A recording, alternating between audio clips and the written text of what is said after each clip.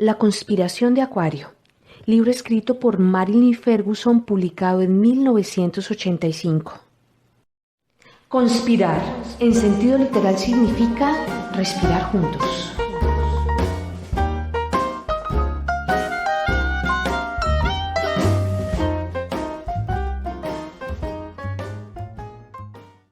X. La transformación de los valores y de la vocación. Cuando la naturaleza del trabajo es debidamente apreciada y aplicada, se sitúa, en relación con las facultades superiores, al mismo nivel que el alimento con respecto al cuerpo. J. C. Kumarapa, filósofo y economista. Si la experiencia transformadora es realmente una fuente de energía, entonces debe también afectar inevitablemente a los propios valores, y de esa forma a toda la economía, al mercado, la fábrica, las grandes compañías, las profesiones, los pequeños negocios, al bienestar social. Y debe llevarnos a dar una nueva definición de palabras como rico y pobre, debe hacernos repensar qué es lo que nos debemos los unos a los otros, cuáles son los límites de lo posible, y qué es lo adecuado. Antes o después, el nuevo paradigma introduce un cambio en las relaciones del individuo con el trabajo, no cabe una transformación a tiempo parcial, por su misma naturaleza. Para quien busca la totalidad, lo esencial no es solamente vivir, sino construir su propia vida. No es una sed de algo más, sino de algo diferente. Comprar, vender, poseer, ahorrar, compartir, guardar, invertir, dar, todas esas son expresiones exteriores de necesidades internas. Cuando estas necesidades cambian, como sucede en toda transformación personal, los patrones económicos también cambian. Por ejemplo, para mucha gente gastar dinero es una especie de opio, un bálsamo contra los desencantos, las frustraciones y el vacío.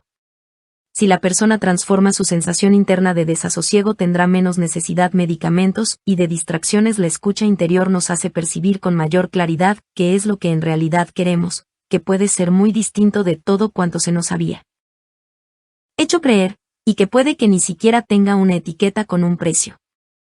También puede ocurrir que descubramos que toda propiedad es en algún sentido una ilusión, y que el apegarnos a las cosas puede ser una forma de impedirnos disfrutar libremente de ellas. Un mayor grado de conciencia nos puede devolver la capacidad de apreciar de nuevo las cosas sencillas. La calidad se vuelve importante, la tan traída y llevada calidad de vida. Si el trabajo resulta gratificante, y no es solo algo obligatorio, eso es otro factor capaz de reordenar nuestros valores y prioridades. Vamos a considerar la evidencia de la aparición de un nuevo paradigma, basado en los valores, que trasciende el antiguo paradigma económico, preocupado ante todo por el crecimiento, el control y la manipulación. El surgimiento de este nuevo paradigma basado en los valores aparece reflejado en la modificación de las pautas de trabajo, de elección de profesión y de consumo, en los nuevos estilos de vida que están apareciendo, basados en principios de sinergia, de solidaridad, intercambio, cooperación y creatividad, en la transformación de los lugares de trabajo, de los negocios, la industria, las profesiones, las artes, en las innovaciones en los sistemas de dirección y de participación de los trabajadores, incluyendo la descentralización del poder, en el surgimiento de una nueva raza de empresarios, en la búsqueda de una tecnología adecuada, en el clamor por una economía congruente con la naturaleza, que venga a sustituir la visión mecanicista que nos ha lanzado a la crisis que padecemos. La crisis y su negación. Es un hecho probado que no se puede adelgazar si uno sigue comiendo lo que le da la gana. Tratando de alcanzar la prosperidad por medio del consumo, hemos agotado nuestros recursos. Los costes de una producción elevada, la escasez, la inflación y una tasa severa de desempleo se han convertido en el pan nuestro de cada día.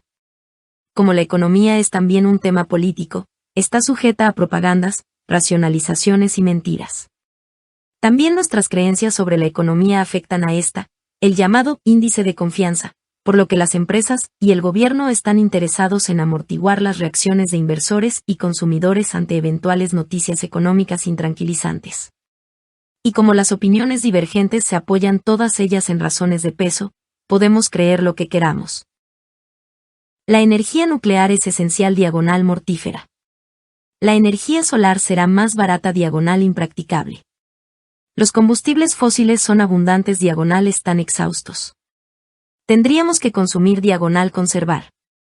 El pleno empleo es posible diagonal imposible. Es verdadero diagonal falso que la automatización diagonal protección del medio ambiente disminuye los puestos de trabajo y el crecimiento.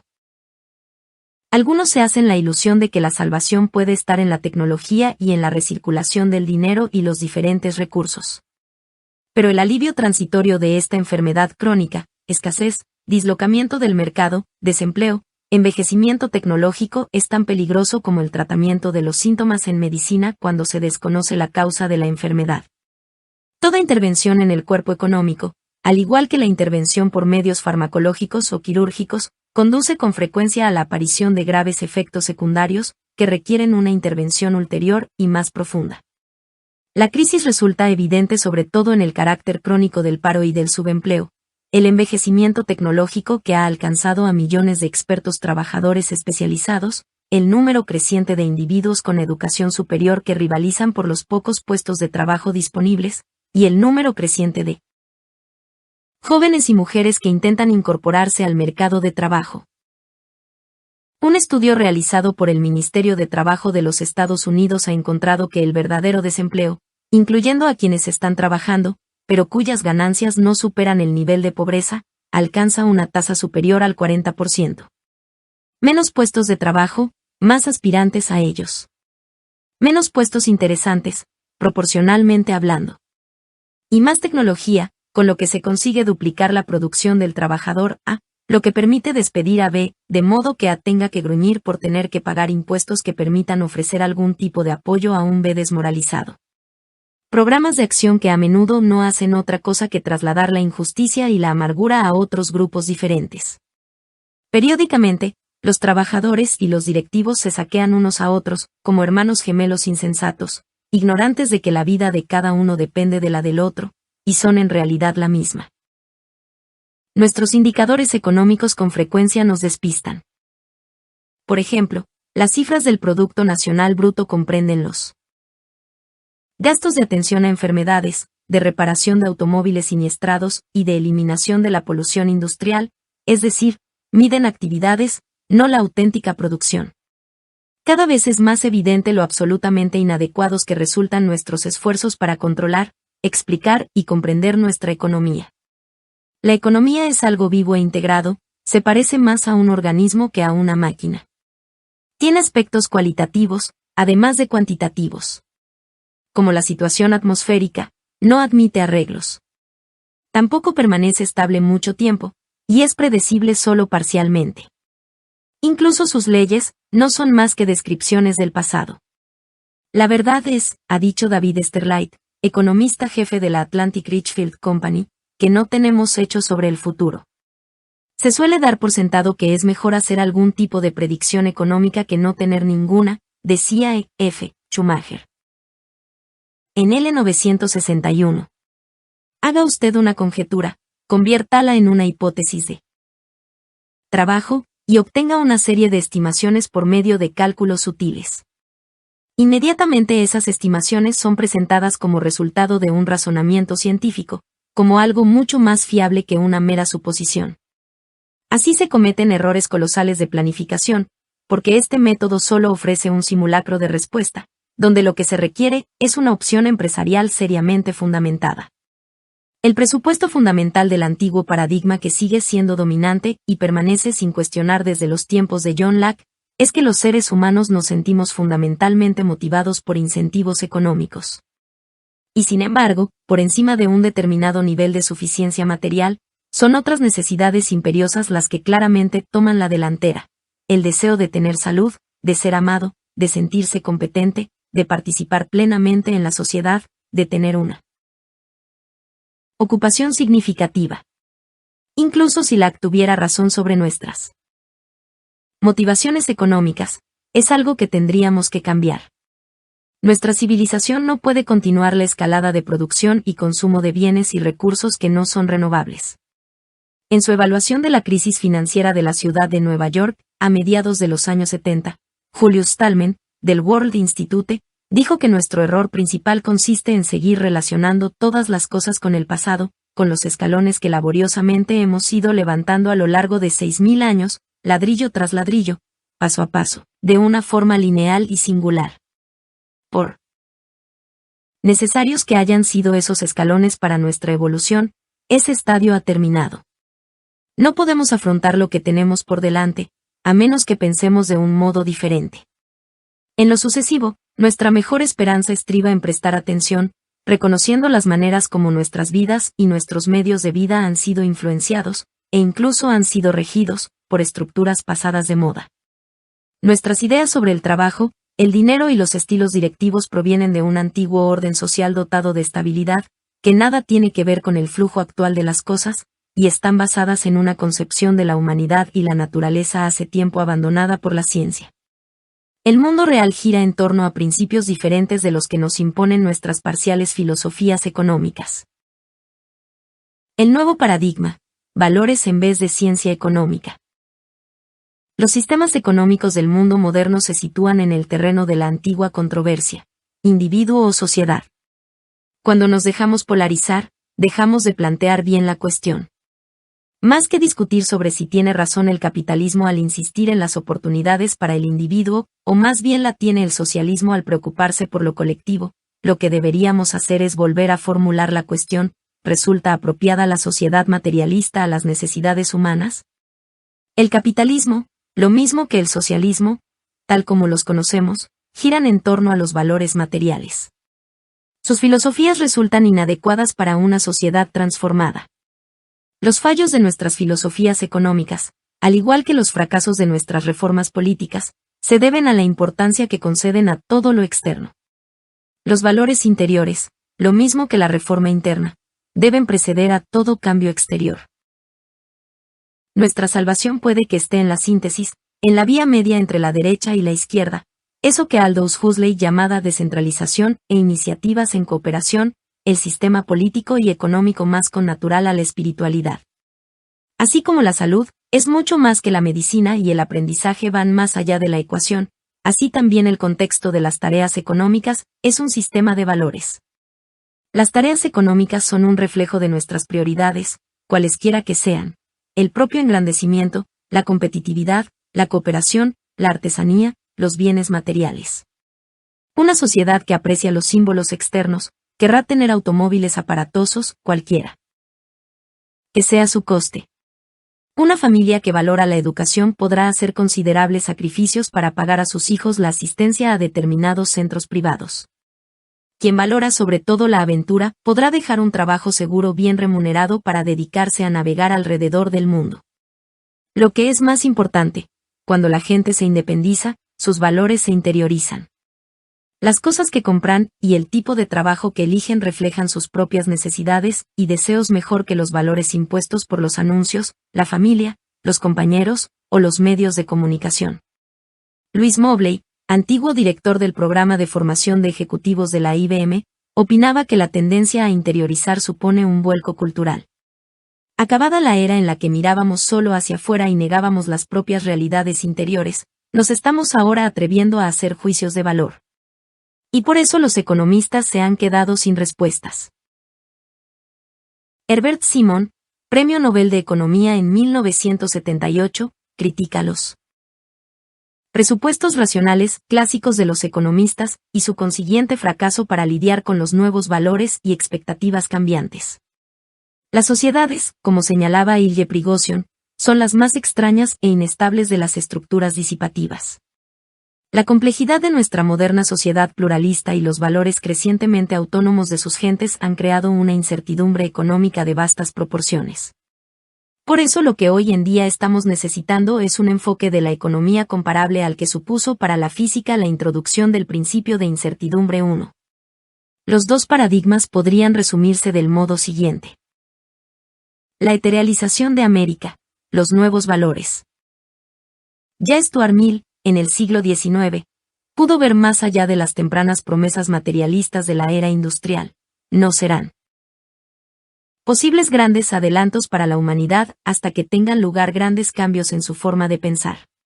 En los años 30, el historiador Arnold Toynbee hablaba de la eterealización, como el último grado de crecimiento de las civilizaciones, caracterizado por el desarrollo de las riquezas superiores e intangibles.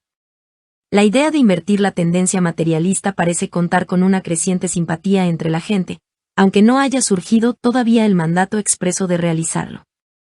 Puede que se esté produciendo la eterealización. Una encuesta realizada por Harris en 1977 se encontró con que un porcentaje asombroso de personas, el 79%, estaba a favor de un mejor aprovechamiento de las cosas básicas esenciales, más que de alcanzar niveles materiales superiores de vida.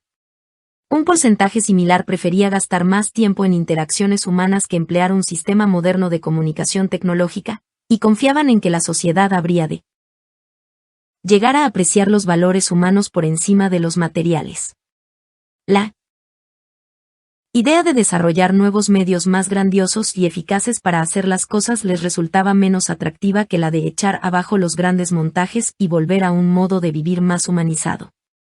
La mayoría encontraba preferible obtener satisfacciones internas debajo a aumentar la productividad, y deseaban ver orientada la educación de sus hijos hacia ese tipo de gratificaciones intangibles, más que hacia un nivel de vida material más elevado.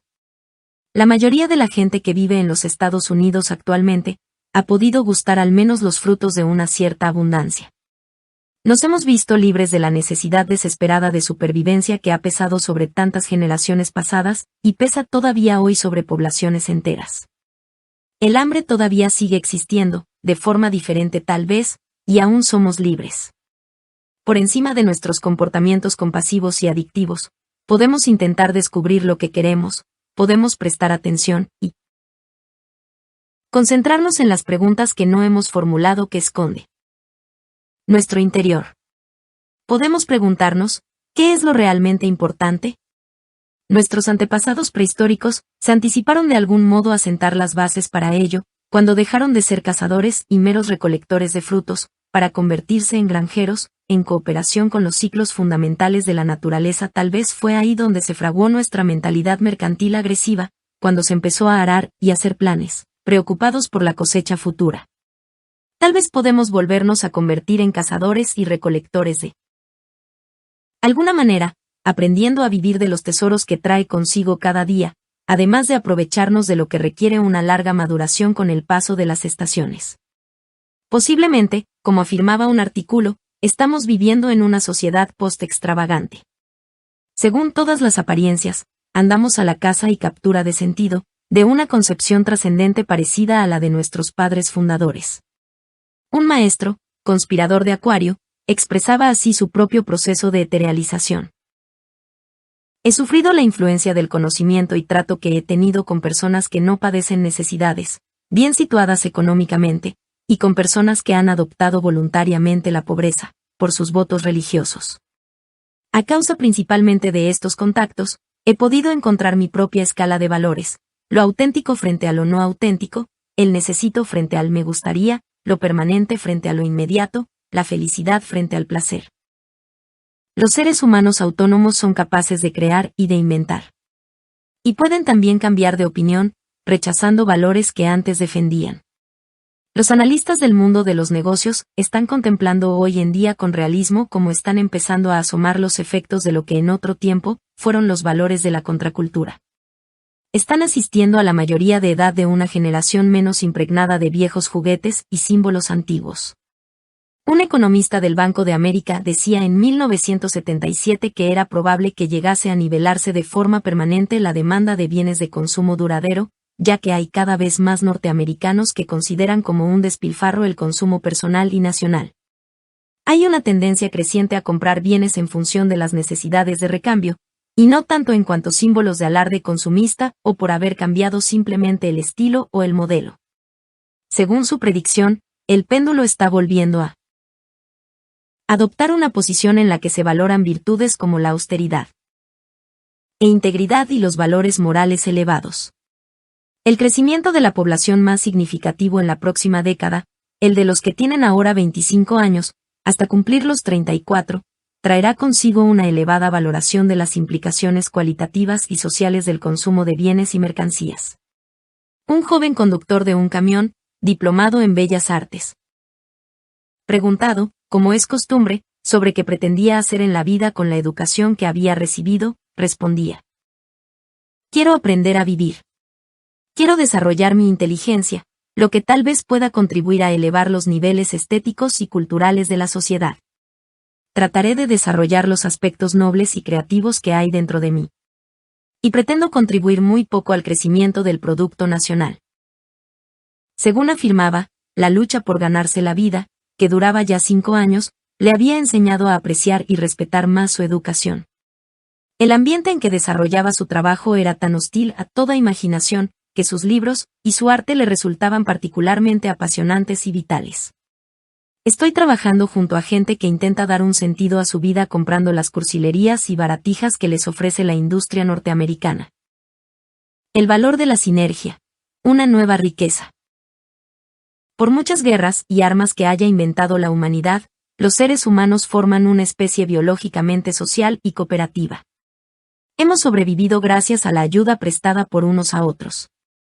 También nuestros antepasados prehistóricos parece que daban muestras de ternura. Forraban con pieles las zapatillas de sus hijos, cuidaban de sus cunas.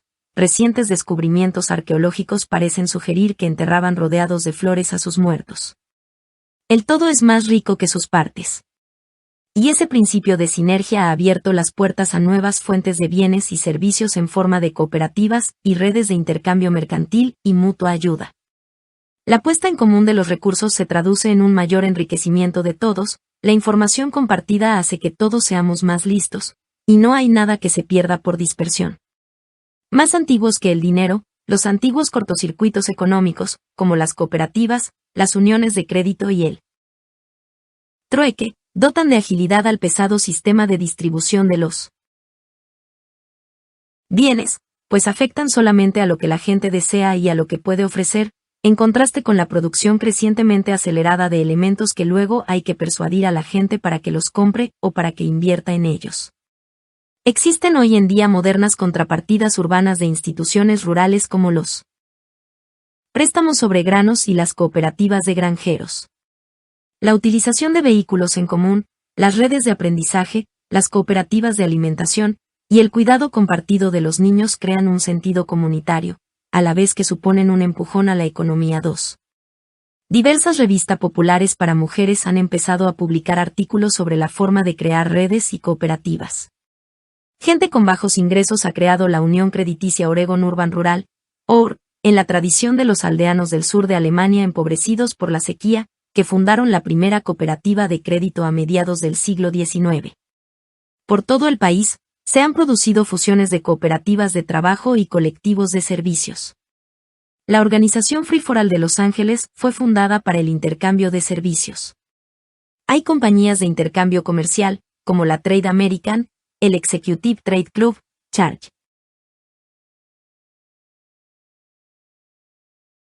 a Trade y Business Exchange, que se dedican al trueque de bienes y servicios y a la concesión de préstamos sobre ellos a sus respectivos miembros por medio de un sofisticado sistema de contabilidad. Una compañía de trueque alcanza un volumen anual de negocio cercano a los $100 millones en acuerdos comerciales recíprocos, que contabilizan también los excesos y los errores cometidos, así como los gastos de publicidad y por estancias hoteleras. Unos 75 grupos dedicados al trueque en los Estados Unidos son concesionarios del International Trade Exchange 3. Emplean computadoras para facilitar las transacciones de negocios entre sus miembros, o con comerciantes y profesionales. El comercio ayuda a luchar contra la inflación, observan los propietarios de uno de estos grupos de intercambio. Y el trueque, es posible que esté llamado a sufrir un potente desarrollo en periodos de recesión, según afirma la revista New Age. En una época en que esos pedazos de metal y de papel, que simbolizan la riqueza, se independizan cada vez más de la actividad y el esfuerzo humanos, a los que se supone que representan, el trueque parece ser una tendencia realmente saludable. El pago en especie, la forma original de transacción económica, está fundado en la cooperación más que en la competitividad. Más que la acumulación del dinero por el dinero, lo que subraya es la calidad del trabajo humano. Los fundadores de Provender, una cooperativa de alimentación natural del noroeste, hablaban de la autoconfianza y la sensación de unidad regional que tenían al unir sus fuerzas, compañeros cooperativistas, podemos celebrar el nacimiento de una red. La iniciativa resulta gratificante en otros aspectos además de los puramente económicos, como demuestran las declaraciones de intenciones de algunas de esas redes. Si iniciamos la fábrica comunitaria de jabón y pusimos en marcha las cooperativas, no fue pensando en un éxito comercial, desde ese punto de vista, hay más bien un riesgo, sino por creer en un ideal, por tener una idea de cómo debería ser la sociedad. Si conseguimos crear una ideología comunitaria convincente, habrá mucha más gente que se sienta empujada a crear y mantener estructuras alternativas. Otra. Nuestro interés se centra en lograr una actitud y una planificación adecuadas. Esta apertura y transformación de la dinámica del poder es el núcleo mismo que ha de conducirnos a una nueva era de compasión y de fortalecimiento propio. Otra.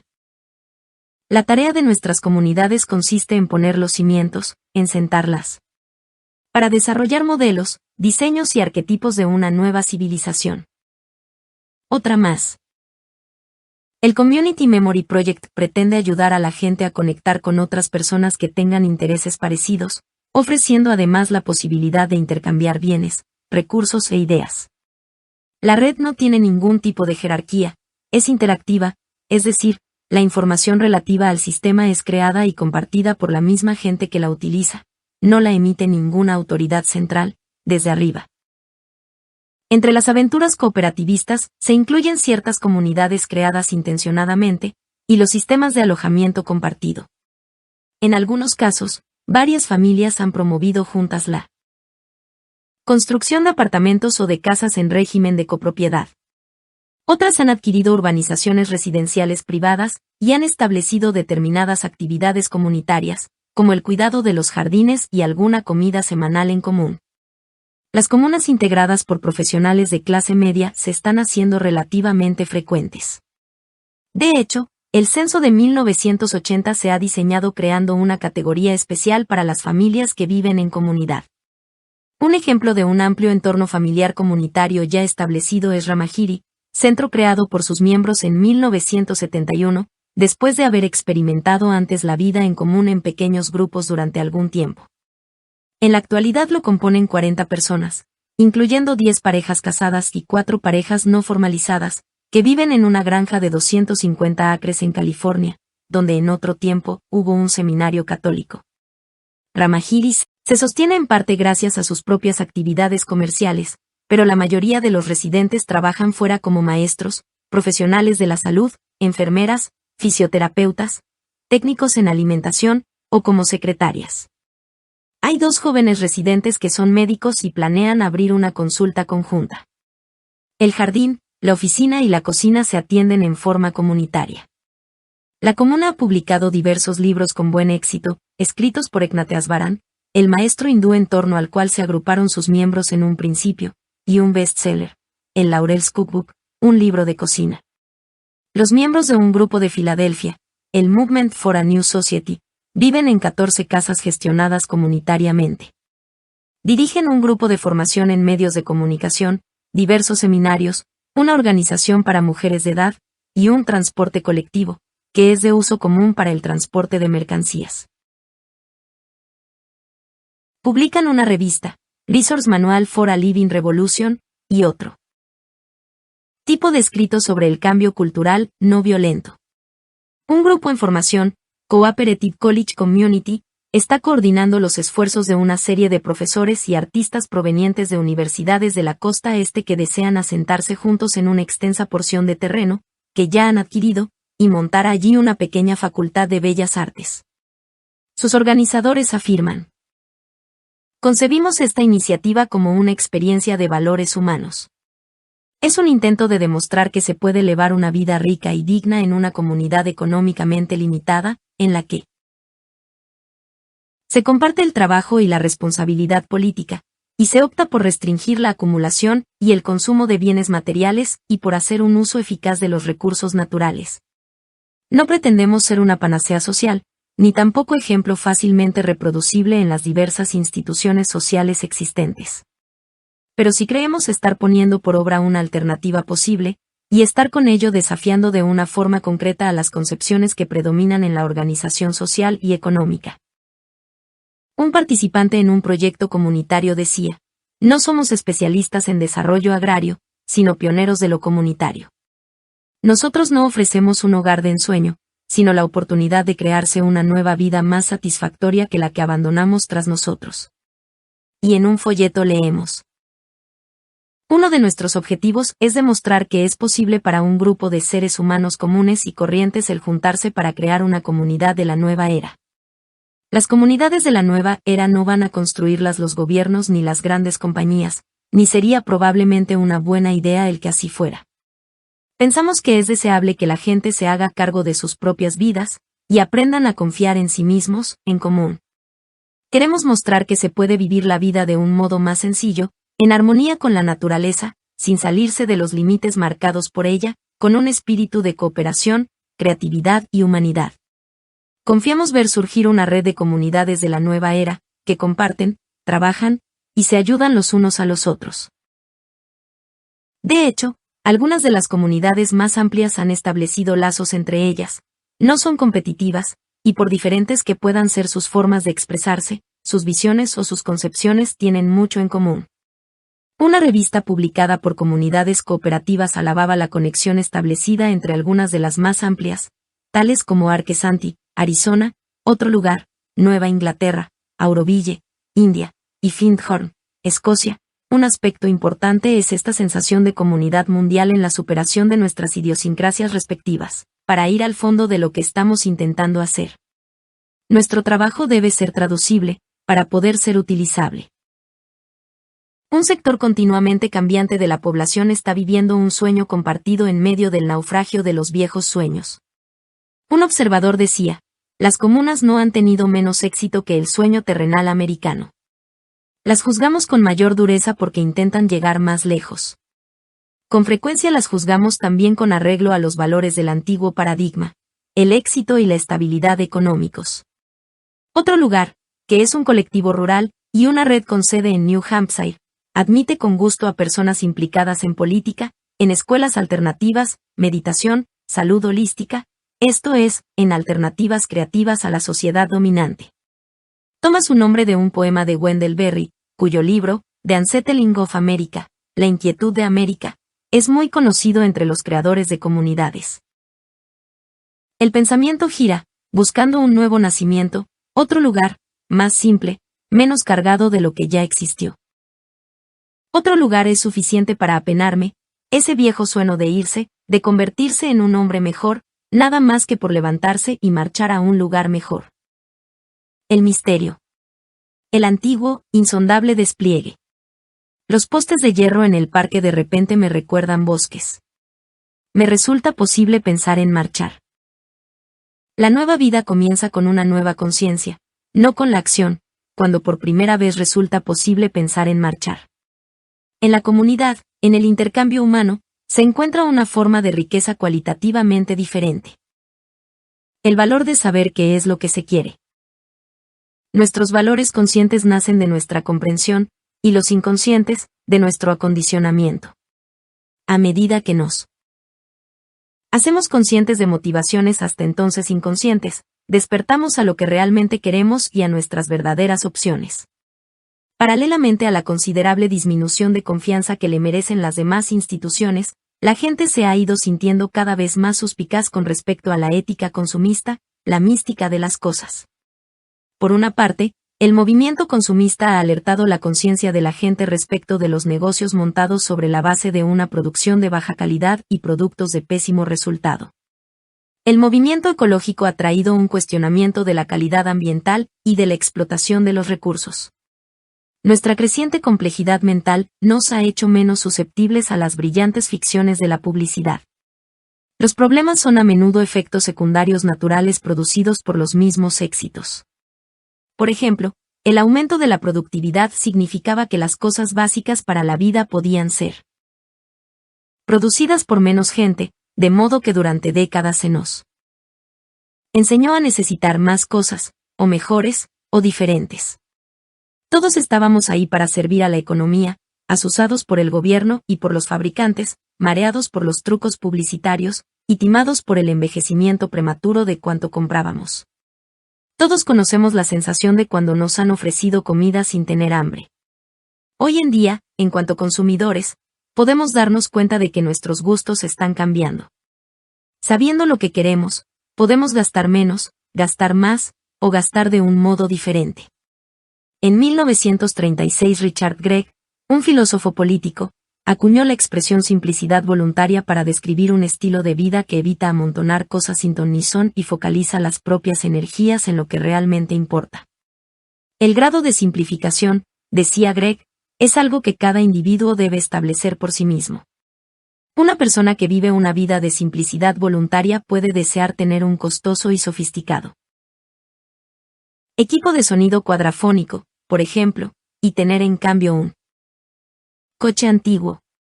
La simplicidad voluntaria es una actitud, no un presupuesto, actitud de consumo reflexivo, de resistencia a la creación artificial de necesidades, de sensibilidad a la limitación de los recursos naturales, en una palabra, vivir y trabajar a una escala más humana.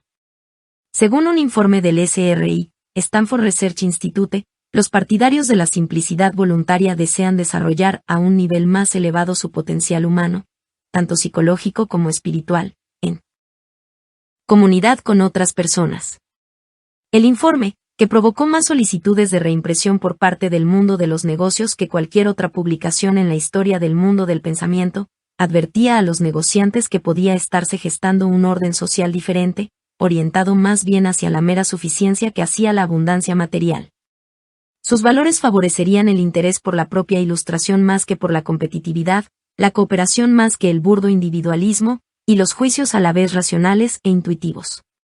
Un sector creciente de la población se interesa poco por la moda y el estatus, y está deseosa de poder reciclar sus bienes de consumo duradero y comprar productos que no contaminen, que sean sanos, auténticos, y estéticamente agradables. Muchos de estos productos y servicios de probable aceptación popular están ya siendo suministrados tanto por empresarios y comerciantes locales como por las gigantescas multinacionales. El informe no contenía precisamente una previsión económica como para alegrar a la General Motors y a la General Electric 4. Lawrence Peter, autor de El principio de Peter, contaba cómo él y su esposa decidieron no dejarse poseer por sus posesiones. Su opción por la simplicidad deliberada no era un intento por vivir de forma más barata, sino más bien de alcanzar un mejor equilibrio entre los aspectos materiales y no materiales de la vida. Todo lo que compraban, fuera estético o práctico, era elegido en razón de su calidad y durabilidad, además de por ser algo realmente necesario. El día que sustituí nuestra cortadora eléctrica de césped, de las más baratas, por la mejor cortadora manual del mercado, me pareció increíble haber dado un paso adelante tan fabuloso. La cortadora manual cuesta más, pero es una delicia manejarla. Nunca se queda sin combustible. Nunca pone a prueba mi paciencia teniéndola que arrancar. No es en absoluto contaminante. Me da ocasión para hacer un ejercicio saludable. Puedo parar y volver a comenzar con facilidad. Siento que puedo controlarla. Me siento liberado del esfuerzo nervioso, de los eventuales riesgos, y de los inevitables problemas mecánicos y responsabilidades que todo equipo eléctrico lleva consigo. Para la mayoría de sus partidarios, la simplicidad voluntaria no es algo altruista, ni tampoco un sacrificio. Puede resultar incluso placentera. Las formas de vida sencillas pueden constituir un placer en sí mismas. Uno de sus defensores decía de ella que es el único modo de ser rico. Generalmente trae consigo otra serie de cambios, una apreciación más profunda de los placeres ordinarios, una aguda sensación de vivir en el momento, la compañía de amigos afectuosos de mentalidad semejante. Una de las satisfacciones profundas que trae consigo el proceso transformador es el descubrimiento de lo mucho que en realidad tenemos. La atención incrementada nos revela muchas cosas valiosas que habíamos dejado a un lado, olvidadas o en las que simplemente, cegados por el hábito, no habíamos reparado. Libros, discos, gente, objetos personales especiales, paisajes, habilidades perdidas, hobbies descuidados, sueños abandonados. No es que yo desprecie en absoluto las comodidades, decía una vez el economista E. F. Schumacher, pero tienen su lugar, y ciertamente no es el primero. Cuanto menos necesitamos, más libres somos, señalaba. En palabras de Thoreau, debemos vivir en nosotros mismos y depender de nosotros mismos, siempre alertas y dispuestos a empezar la carrera. Está surgiendo un campo de íntimo poderío personal, dice en su declaración de intenciones el Hewlett Catalog, el poder de la persona para dirigir su propia educación, encontrar su propia inspiración y modelar su propio entorno. Los manuales, modelos, instrumentos, libros y demás recursos incluidos en el catálogo obedecen a una concepción nueva de la vida, más rica en toda clase de opciones. Los promotores de una feria sobre el medio ambiente, la Expo Nueva Tierra, anunciaban su deseo de llegar a todos aquellos que dan por sentado que no hay esperanza. Hay muchas cosas que la gente puede hacer para retomar el control de sus propias vidas. Una de ellas es conseguir ser autosuficiente. Muchas empresas están ya tratando de reaccionar frente a la ola de consumo consciente que se aproxima. En un informe del SRI, Willis Arman dice, los valores humanísticos y trascendentales no son un lujo impuesto a los valores económicos. Son la medida de la adecuación de los valores económicos. En nuestra mano está optar por comprenderlos, moviéndonos a favor de las mareas de la historia, sean cuales sean, o bien tratar de oponerles resistencia. 5. De esa elección puede depender en gran medida la situación del mundo de los negocios en 1990, y más adelante. La transformación del mundo de los negocios.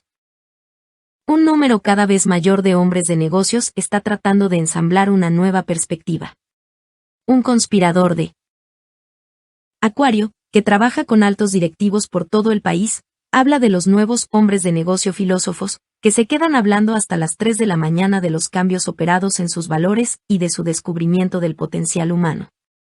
Puede que sean los ejecutivos el grupo social con una mentalidad más abierta actualmente, mucho más que quienes se mueven en ambientes académicos y profesionales.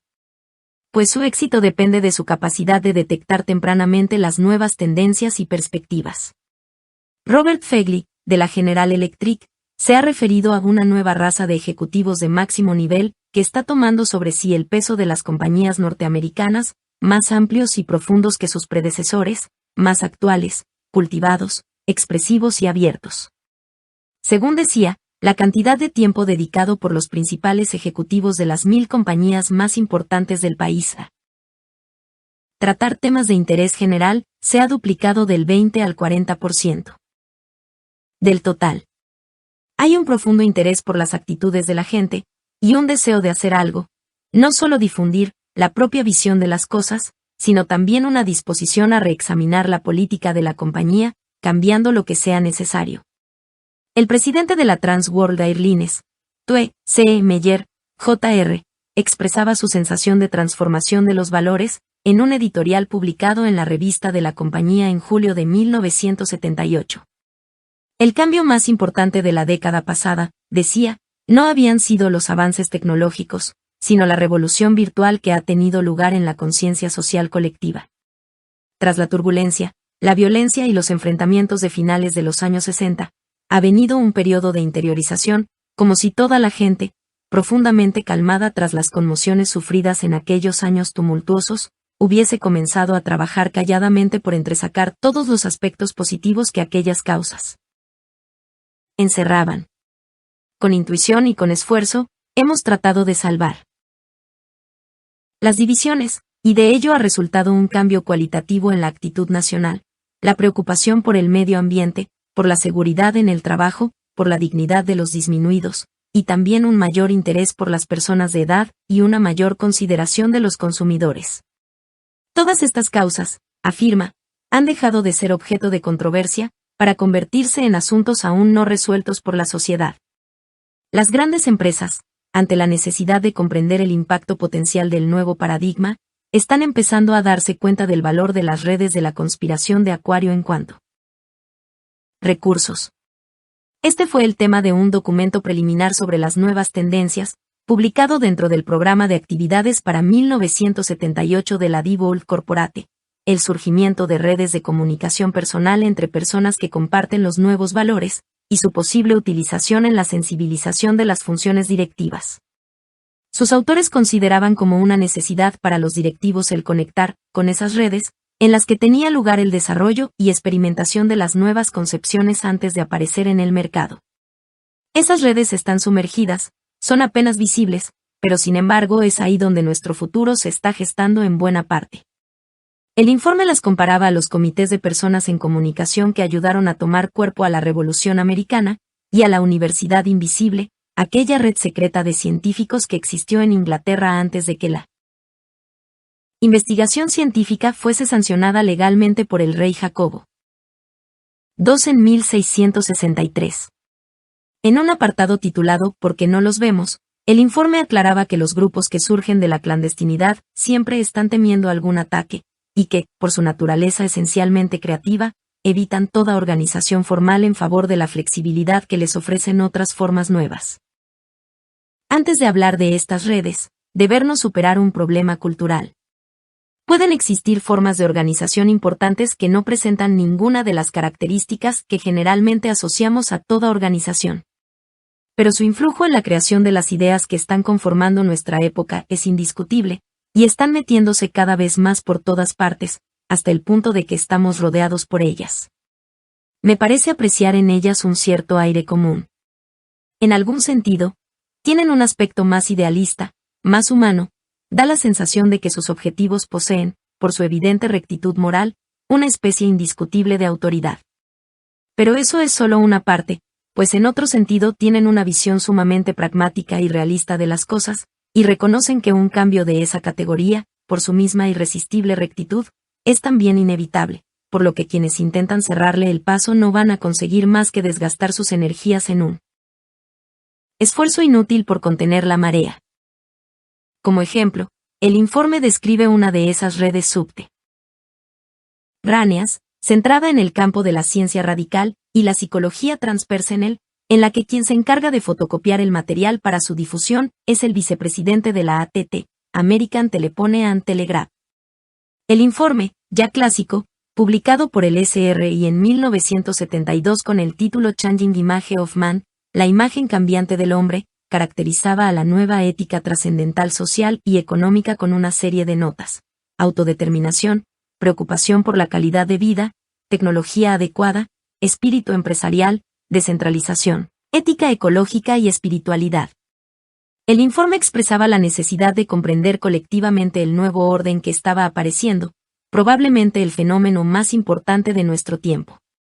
Este nuevo orden supone un desafío tan apasionante como las expediciones geográficas y los grandes descubrimientos tecnológicos ocurridos en la historia, concluía el informe. El valor de la vocación. Un libro de Michael McCovey, que lleva por título The Gamesman, el jugador, describe extensamente la lucha del individuo contemporáneo por alcanzar ese alto objetivo de encontrarle un sentido al trabajo, ofreciendo un retrato acabado del nuevo tipo de rebelde de nuestra sociedad. El jugador es más innovador y menos serio que su predecesor, el organizador, pero sigue valorando las pérdidas y ganancias con su cerebro izquierdo, siguiendo reglas manipuladoras.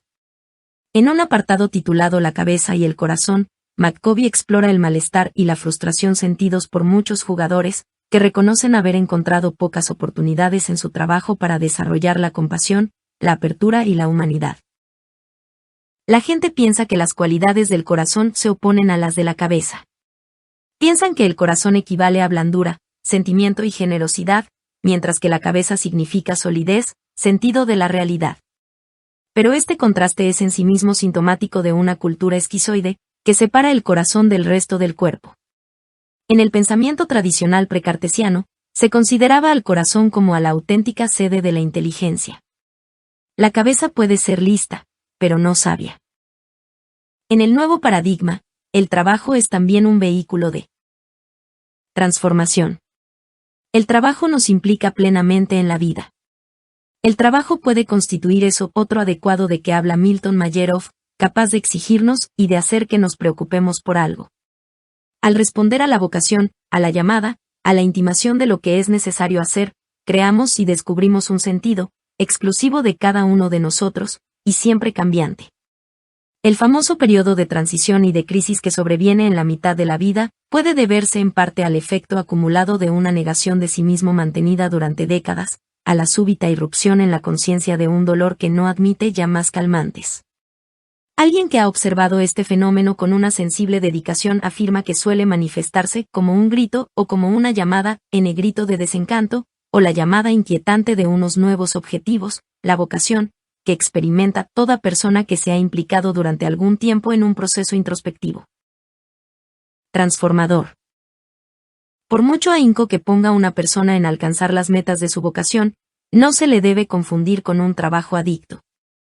El trabajo adicto, como el alcohólico, es indiscriminadamente compulsivo. Busca un sentido trabajando en lo que sea y como sea. Por el contrario, la persona que siente una vocación encuentra un trabajo que le resulte significativo. La vocación no es un empleo, es una relación transformadora en marcha. Los participantes en el cuestionario de la conspiración de Acuario pertenecían prácticamente a todos los campos vocacionales: educación, psicología, medicina, negocios, publicidad, televisión, investigación, administración pública, derecho, odontología, clero, antropología, sociología, enfermería, bellas artes, teatro, música, ejército, ciencias políticas y economía. Había también unos cuantos que en un censo se habrían reflejado como personas sin empleo, jubilados, amas de casa, personas acaudaladas independientes, todos ellos con una vida ocupada y activa en la prosecución de vocaciones tan dispares que no admiten una fácil descripción. En muchos casos, las personas se definían a sí mismas de manera poco convencional, a menudo en términos de su forma actual de vida, más que en función de la estrecha especialidad en que se formaron. Una doctora se presentaba como maestra, y un maestro como futurólogo. En un suave empeño por ayudar a otras personas a transformar sus ideas sobre el trabajo y la riqueza, algunos conspiradores de Acuario trabajan activamente en una especie de rehabilitación institucional, que puede consistir en actuar de consejeros en compañías o empresas, abriendo paso a nuevas experiencias, puestos de trabajo o productos, o llevando a cabo evaluaciones profesionales del cambio que se aproxima. Otros son en sí mismos un modelo viviente del cambio, que han inventado o transformado su propia manera de ganarse la vida. Para ellos, la recta manera de ganarse la vida es, más que un ideal budista, un componente de la salud mental. Algunos de los conflictos internos más agudos reflejados en el cuestionario se refieren a la lucha por reconciliar el antiguo trabajo con la nueva perspectiva. Durante lo que hemos llamado la fase de entrada al proceso transformador, las nuevas ideas no parecen amenazar al propio trabajo ni a las propias relaciones. Durante la segunda etapa, la exploración, hay una inquieta esperanza de que los nuevos intereses no pasen de constituir una ocupación marginal intensiva. En la tercera, integración, se hace evidente la imposibilidad de compartimentalizar el proceso transformador. Como decía un hombre de negocios, al final, acaba por afectar al propio trabajo y por hacerle a uno cambiar su escala de preferencias. La nueva conciencia afecta al modo de funcionar en el trabajo. Llega a ocupar todo momento consciente. Se ve el mundo a través de una lente distinta, con unos ojos diferentes. Es fácil dejar de dar tanta importancia al trabajo. Lo que resulta duro es seguir haciendo fruslerías después de haber visto el sol. El que es capaz de ajustar su trabajo a la nueva visión, tiene mucha suerte. En ese momento crítico, los descubrimientos que acompañan a la transformación son como una brújula. El sentimiento de la vocación, de haber descubierto una dirección llena de sentido, refuerza la resolución de adecuar el propio trabajo a las propias creencias, de unir la cabeza con el corazón. El nuevo respeto por la intuición, ese saber tácito, anima a asumir riesgos. La seguridad, en el sentido convencional, es una ilusión. También al éxito se le concibe de forma distinta, como muestra este hombre de negocios, conspirador a su vez. Tenía la costumbre de definirme a mí mismo en función de los objetivos que iba alcanzando. En el colegio, el éxito era obtener un sobresaliente, más tarde fueron los tratos conseguidos en los negocios. Ahora, para mí el éxito tiene que ver con vivir mi vida en armonía con el universo. Es una cuestión de contexto y de contenido. Es posible ver los sucesos particulares, los éxitos y los fracasos, como dotados de contenido. Pero en el contexto de la vida no cuentan las ganancias ni las pérdidas, solo cuenta el proceso. Cuando se experimenta la vida como algo más amplio, más rico y más complejo, los acontecimientos adquieren otro significado. Los objetivos del éxito convencional son como un plano levantado por un arquitecto sin conocer el terreno, con unas líneas excesivamente rígidas comparadas con la realidad. La vocación, por su cualidad, tiene más bien algo de intimación interna a moverse en una determinada dirección, sintiendo el propio movimiento, o es como una visión, un golpe de vista sobre el futuro, que es más una previsión que un plan. Una visión puede realizarse de muchas maneras, un objetivo, solo de una. El proceso transformador nos convierte en artistas y científicos de las propias vidas, creando y descubriendo a medida que avanzamos. Hay una mezcla de temor y de entusiasmo al cooperar con el proceso vital, al hacernos más sensibles a sus claves, matices y promesas. El sentimiento más claro del propio ser nos permite trascender las categorías y roles anejos al trabajo. No somos ante todo nuestro trabajo, carpinteros, programadores informáticos, enfermeras o abogados. A la pregunta del cuestionario sobre si leían o no regularmente literatura ajena a su campo, muchos respondieron que consideraban que en su campo entraba todo. La totalidad, tal como se le experimenta en el proceso transformador, sugiere que no tiene por qué haber una ruptura entre trabajo y placer, entre convicciones y profesión, entre ética personal y los negocios son los negocios. Para la persona que camina hacia grados crecientes de conciencia, la fragmentación le resulta cada vez más intolerable. A medida que se disipa la anestesia, se sienten los desgarrones de la carne y el espíritu. Y se vuelve difícil ignorar el contexto del propio trabajo. Después de todo, los productos y servicios no existen en el vacío, sino que se repercuten en todo el sistema. La experiencia de una mayor conexión, el sentimiento de unidad con los demás, engendra nuevas maneras de enfocar los problemas, la falta de trabajo, la jubilación forzosa, la pobreza, los ingresos fijos, los fraudes, los engaños, la explotación. Según un analista político, si nos consideramos como una gran familia más que como una gran fábrica, trataremos los problemas de forma diferente. La progresiva extensión de las redes de apoyo, la conspiración de Acuario en cuanto tal, anima a las personas a asumir en soledad la iniciativa de cambiar de trabajo, de montar un negocio, de cambiar la práctica de su profesión, o de revitalizar una institución. Es una revolución del tipo hágalo usted mismo, pero no hágalo por sí mismo. Por ejemplo, un grupo de amigos que viven en Washington, D.C., formó un grupo de mutua ayuda, para animarse unos a otros en sus objetivos vocacionales. Mutuamente se daban consejos, se hacían sugerencias y se estimulaban, desenmascarando sin piedad las racionalizaciones y tácticas dilatorias empleadas por cada uno para posponer el riesgo de un nuevo paso. Al cabo de un año, varios de ellos habían comenzado a poner por obra sus sueños. Un bibliotecario habla montado su propio negocio de representación de libros, un abogado había abierto un centro para el estudio de la psicología del derecho, otro de los miembros había convertido su granja en un centro para artistas, y un oficinista había dejado su trabajo y montado un negocio con unos amigos. Las nuevas actitudes transforman la experiencia misma del trabajo cotidiano. Según cambian las propias percepciones, el trabajo se convierte en un ritual, en un juego, en una disciplina, una aventura, un aprendizaje, incluso en un arte. Las tensiones provenientes del tedio y de lo desconocido, las dos causas de los sufrimientos relacionados con el trabajo, se transforman. La atención adquiere una cualidad más fluida, que nos permite asumir tareas que en otro tiempo nos resultaban repetitivas o desagradables. Juzgamos menos lo que hacemos. Odio esto, me gusta aquello, el aburrimiento disminuye, igual que el dolor se aplaca cuando dejarnos de oponerle resistencia. Cuando el ego deja de llevar las riendas de todo, hacemos menos juicios de valor sobre el estatus correspondiente al trabajo que hacemos en la actualidad.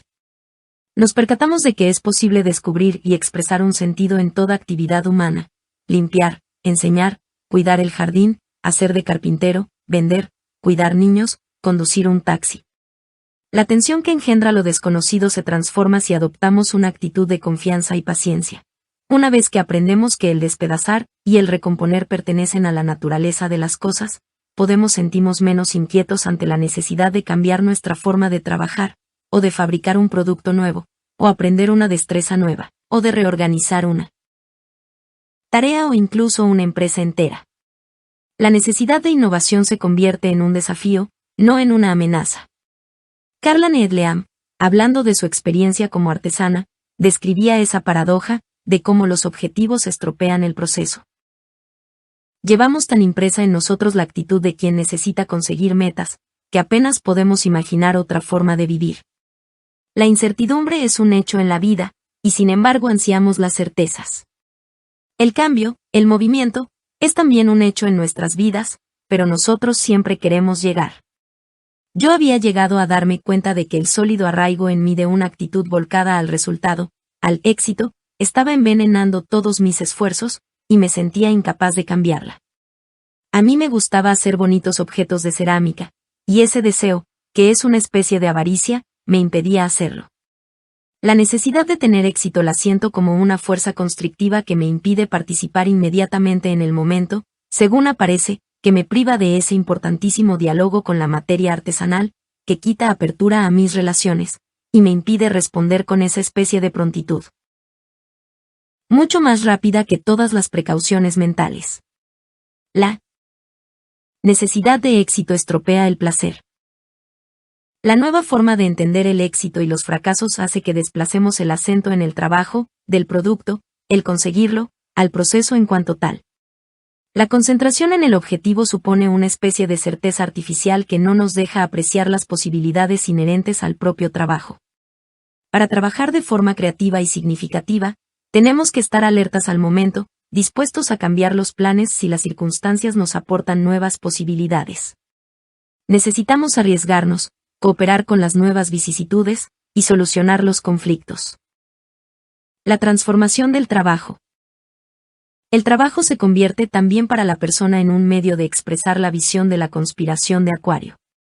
Un profesor de Nueva Inglaterra decía: una de mis alegrías en la vida es hablar a mis alumnos de la transformación que está teniendo lugar, y de lo que oyen hablar por vez primera.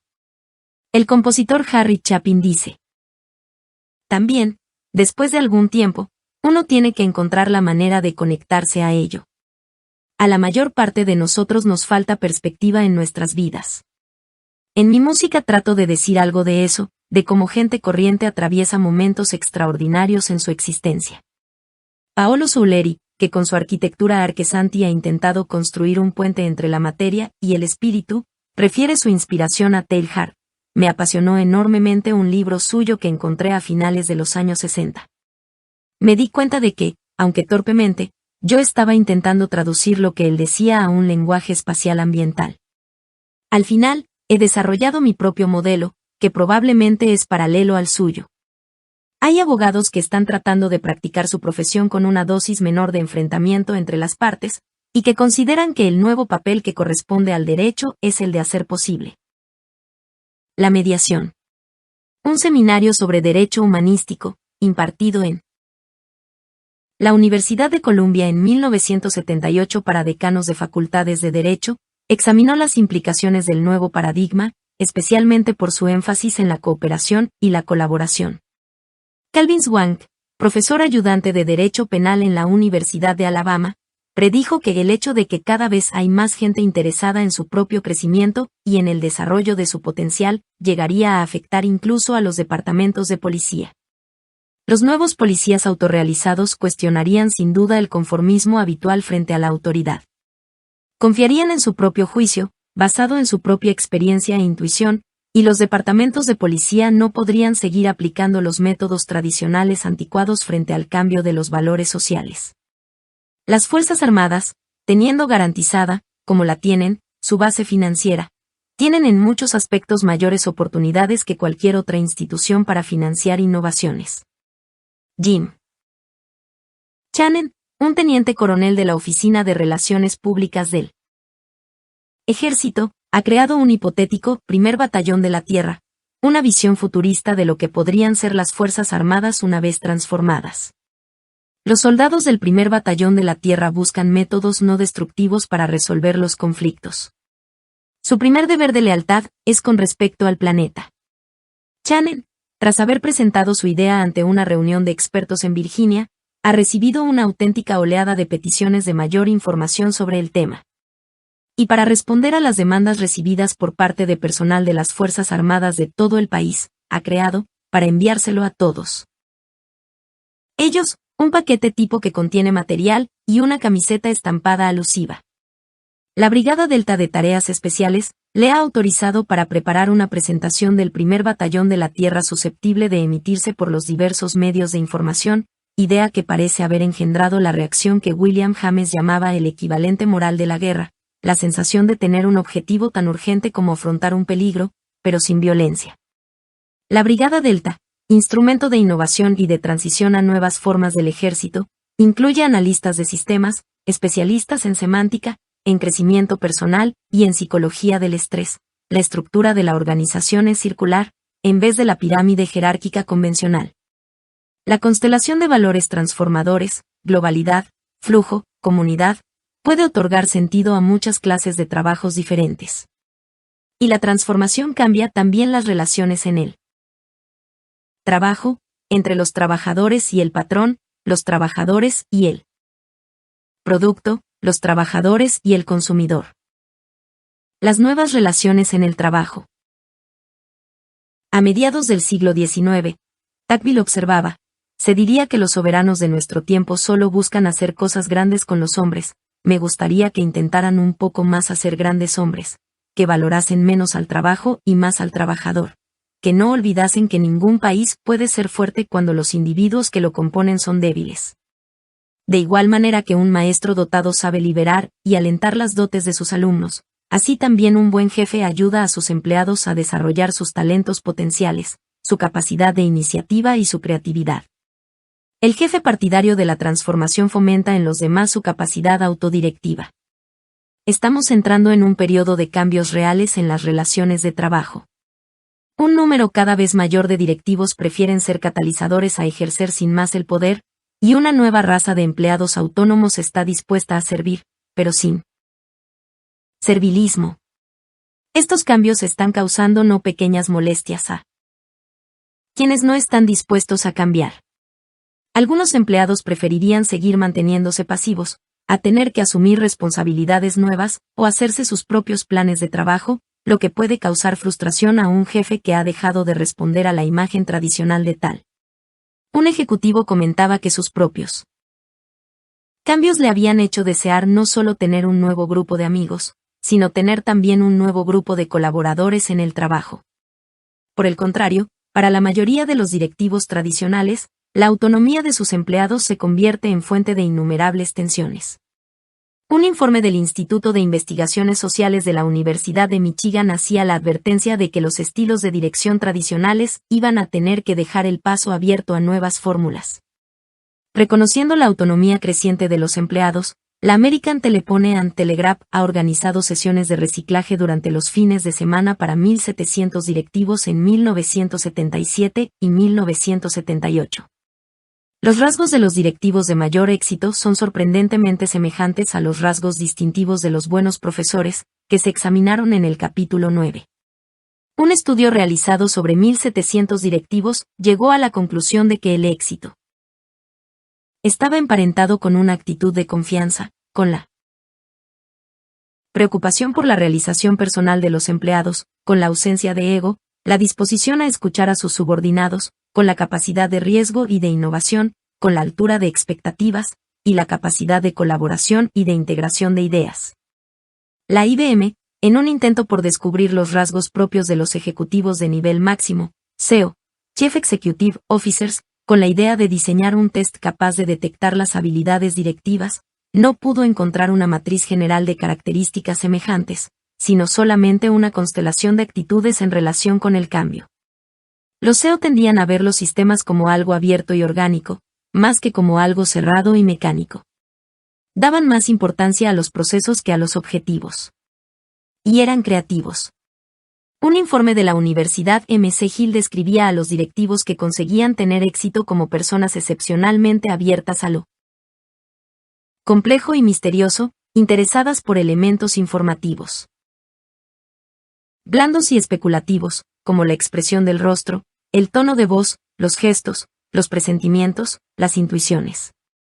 Otro estudio hacía un retrato de esos mismos directivos como personas que gotean el ambiente, que perciben, que les gusta recurrir a la intuición, a la ensoñación y al brainstorming 6.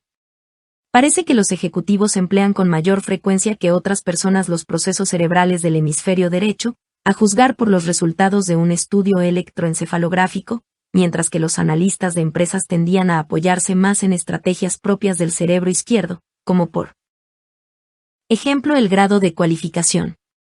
Ron Medved, del Pacific Institute, una organización de Seattle que organiza seminarios de desarrollo personal en régimen residencial para grandes instituciones, daba esta visión del cambio que se aproxima.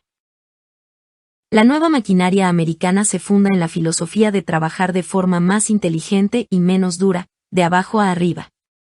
Los japoneses nos han enseñado que quienes realizan el trabajo parecen saber mejor que nadie cómo hacerlo.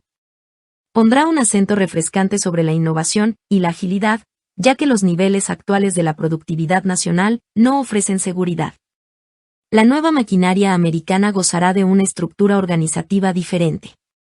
Los viejos dinosaurios burocratizados, con sus distintos niveles sucesivos de adopción de decisiones, no podrán soportar la competencia de los nuevos estilos directivos que están apareciendo aquí y en otros países. Los nuevos directivos americanos podrán reconocerse, no por tener todas las respuestas correctas, sino por saber hacer las preguntas correctas. Los nuevos trabajadores americanos parecen estar llamados a sufrir el mayor de los cambios, alcanzar una nueva visión de sí mismos. La nueva maquinaria americana se parece poco a la mayoría de los sitios en que trabajamos. A la vez que nos promete un mundo mejor, nos desafía con el reto de tener también nosotros que cambiar y crecer en gran medida antes de conseguirlo. Con toda realidad, la nueva maquinaria americana se basa en el genio que duerme en el interior de cada uno de nosotros. El genio dormido, el potencial humano. Llamémosle como le llamemos, los nuevos teóricos de la dirección andan interesados en las capacidades ocultas que podrían desarrollarse, supuesta una motivación adecuada. Por ejemplo, los trabajadores de las plantas de la empresa aeroespacial Lucas, sintiéndose amenazados por la reestructuración de las 17 fábricas implicadas, se organizaron para aportar toda suerte de ideas sobre productos útiles para la sociedad que podrían fabricarse en sus instalaciones. Hicieron un inventario exhaustivo de sus habilidades, desde ingeniería hasta trabajos manuales, y también una evaluación de todo el equipamiento de la compañía. Pasaron a continuación un cuestionario a todo el personal empleado, preguntándoles, ¿qué piensa usted que debería hacer? Las 150 ideas que fueron juzgadas viables fueron sometidas a un laborioso proceso de diseño, especificación y análisis. Aunque la directiva de la empresa Lucas procedió con lentitud a aceptar la nueva producción, para 1979 la empresa ya había fabricado algunos prototipos y había empezado a trabajar con el grupo de empleados. Estos trabajadores fueron nominados para el Premio Nobel de la Paz en 1979 por diversos grupos pacifistas internacionales y por varios miembros del Parlamento sueco, en reconocimiento al esfuerzo realizado desde la base por lograr la reconversión de una producción militar, derivándola hacia objetivos no militares. C. Jackson Grayson, del American Productivity Center de Houston, cuyas tareas investigadoras están financiadas por 200 de las principales compañías del país, considera que la culpa de suprimir el deseo y la capacidad de las personas de sentir que contribuyen con su esfuerzo, la tiene la estructura burocratizada de las empresas. Contrariamente a lo que se dice, la gente no ha perdido la ética del trabajo, afirma. En las compañías se aprecia una tendencia definida a descentralizar el poder, a desmantelar la pirámide, en expresión de un experto. Según Frank Crack, que llegó a ser vicepresidente del Chicago Tate Land Trust, el introducir cambios organizativos en el trabajo puede conseguir hacer más feliz a la gente, y a la vez aumentar la productividad, lo que constituye una doble ventaja. Los teóricos profesionales de la dirección están proclamando cada vez más la necesidad de emplear estructuras flexibles y condiciones de trabajo acomodadas a las necesidades humanas, y que sepan aprovechar los potenciales latentes. La necesidad de actuar de forma drástica se evidencia en la baja experimentada por la productividad norteamericana. Pese a una toma de tecnología acelerada, la relación producto-diagonal hombre-hora de trabajo solo ha aumentado el 21% entre 1970 y 1977. Compárese esta cifra con el 41% en Alemania Occidental, el 42% en Francia, el 41% en Japón y el 38% en Italia. Muchas empresas han integrado a su filosofía directiva en los últimos años conceptos tales como enriquecimiento del trabajo y humanización del puesto de trabajo. Se han formado equipos de trabajo semiautónomos. Se han aumentado los salarios, no en función del tipo de trabajo, sino en función de los avances realizados, medidos por tests diseñados al efecto. Se han sustituido los relojes, ese exponente infernal de deshumanización y de desconfianza, por hojas firmadas con el horario cumplido por cada uno. Se han deshecho cadenas de montaje, reestructurándolas en unidades más pequeñas. Algunas compañías han adoptado un sistema de dirección compartida, importado de Japón, Noruega y Suecia. Hacia 1976, más de 1 millar de compañías norteamericanas e instituciones gubernamentales habían comenzado a experimentar el horario flexible, procedimiento que permite a los empleados elegir su horario de trabajo dentro de ciertos límites, establecidos en torno a un periodo central, de 6 de la mañana a 2 de la tarde, por ejemplo, o de 11 de la mañana a 7 de la tarde. Un programa de análisis tendencial, promovido por el Consejo Americano de Seguros de Vida, informaba en 1979 sobre cambios en la naturaleza del trabajo, una nueva especie de empleados que buscan un trabajo que sea coherente con sus valores personales, una mayor flexibilidad en los horarios y en los tipos de trabajo, mayor cooperación entre directivos y empleados, estructuras organizativas no jerárquicas, ambiente de trabajo cada vez más compatible con la salud física y mental. Un anuncio del Día del Trabajo, publicado por los trabajadores de los medios de comunicación norteamericanos, subrayaba la preocupación por el sentido del trabajo. En este Día del Trabajo encontramos masas de trabajadores norteamericanos que anhelan esa sensación de autoestima que resulta de realizar un trabajo interesante, estimulante y productivo. Una firma nacional dedicada a sondear la opinión pública ha encuestado a numerosos jóvenes en los últimos años. Y han encontrado que, con independencia de su sexo, raza o tipo de ocupación, la gente de menos de 30 años lo que quiere son trabajos que sean significativos y que les ofrezcan una oportunidad de crecimiento personal. Lo que buscan es una mejora de lo que generalmente se llama la calidad de vida. El valor del desarrollo personal. Estos cambios externos han sido fructíferos, pero no son suficientes. Actualmente, quienes se preocupan por la productividad y por la gente han tomado el camino interior, y están volviéndose hacia métodos concebidos para la propia realización personal. El desarrollo personal se ha convertido en algo complementario del enriquecimiento del trabajo y la humanización del puesto de trabajo. Y como observaba un especialista en técnicas directivas, comenzamos empleando estas técnicas por razones pragmáticas, y muchos de nosotros nos hemos quedado enganchados. Werner Erhard empleó en una ocasión la expresión elevadas intenciones para describir la actitud que define la notoria superioridad de algunos trabajadores en una organización. La gente que trabaja sin intención se limita a hacer los movimientos indicados. Cometen faltas, son incapaces de hacerse cargo de las cosas, ni de conseguir que funcionen, hacen todo de forma incompleta, y siempre andan quejándose por algo. Lo que hace superiores a algunos es su auténtica intención. Eso les permite sintonizarse con todo. Se las arreglan en cualquier circunstancia, y nunca encuentran disculpas por no haber notado algo o porque las cosas no funcionen. No me gusta la gente poco motivada. No me gusta jugar por poca cosa. Me gustan las personas con quienes puedo jugarme algo de valor. Las intenciones elevadas son incompatibles con una baja estima de sí mismo. Solamente quienes están despiertos y están conectados y motivados pueden aportar algo a la sinergia de una organización. Todos los demás solo aportan entropía y azarosidad. Los directivos están recurriendo cada vez más a la formación de técnicas tomadas de la investigación sobre la conciencia, para conseguir cambiar de forma significativa la actitud de sus empleados. Los formadores profesionales hablan hoy en día del trance cultural, del miedo a la transformación, de realidades alternativas, cambios de paradigma, intuiciones, de lo importante que es que las personas aprendan a ver con ojos nuevos. Un artículo aparecido en 2 entregas en la revista Professional Training decía: como formadores profesionales no podemos permitirnos ignorar lo que está ocurriendo en el movimiento del potencial humano. Citaban las palabras de un directivo bancario como comentario al despertar experimentado por su equipo de colaboradores después de haber participado en unos seminarios de crecimiento personal. Mirando a mi dinero, estos buscadores espirituales son nuestro futuro. La formación en crecimiento personal no promete, ni deberla prometer, producir más baratijas por hora, ni tener menos quejas, ni menos horas extraordinarias, ni conseguir un aumento de las ventas, como tampoco hay ninguna póliza de seguro que asegure nada de eso. Pero la mayoría de la gente va a comenzar a sentirse mejor en relación consigo mismos y con lo que están haciendo en su vida. Naturalmente, no hay una entrada contable que refleje el número de personas que se sienten a gusto consigo mismas. Pero tal vez, solo tal vez, derive de ahí un resultado mucho mayor y más importante, reflejable en una pura contabilidad de pérdidas y ganancias.